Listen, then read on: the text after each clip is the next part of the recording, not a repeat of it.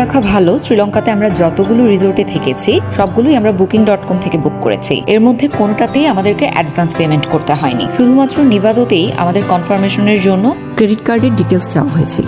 এর বাইরে কোথাওই কোনো অ্যাডভান্স পেমেন্টের কোনো ঝামেলা ছিল না। নিভাদোতে এক রাতের জন্য আমাদের 4টা রুম বুক করা ছিল। booking.com থেকে আমরা যে প্যাকেজগুলো নিয়েছিলাম সেই প্যাকেজ অনুসারে পার রুম 20,000 রুপি বা বাংলাদেশি টাকায় 8,000 টাকার মতো হওয়ার কথা ছিল। এই প্যাকেজের সাথে কমপ্লিমেন্টারি ব্রেকফাস্টও ছিল। কিন্তু সেখানে যাবার পর নিভাদো আমাদেরকে একটা অফার করে। সেই অফারটা ছিল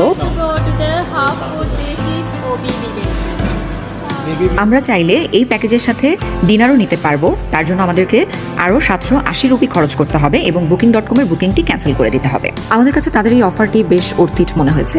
অর্থাৎ নিভাদোতে আমাদের ডিনার ব্রেকফাস্ট সহ পার রুমের খরচ পড়েছে 20,780 রুপি, অর্থাৎ বাংলাদেশি টাকায় 8,312 টাকা।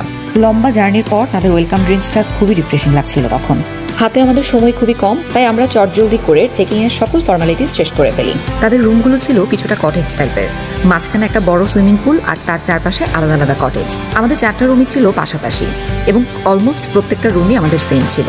যখন চেক ইন করি তখন ঘড়িতে 4টা বাজে, আর এদিকে 5টার পর নাকি সিগিরিয়া রকের টিকিট কাউন্টার বন্ধ হয়ে যায়।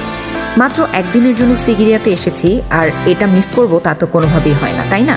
চেক ইনের পর আমরা জাস্ট 15 মিনিট সময় নিয়েছিলাম রুমে গিয়ে ফ্রেশ হবার জন্য।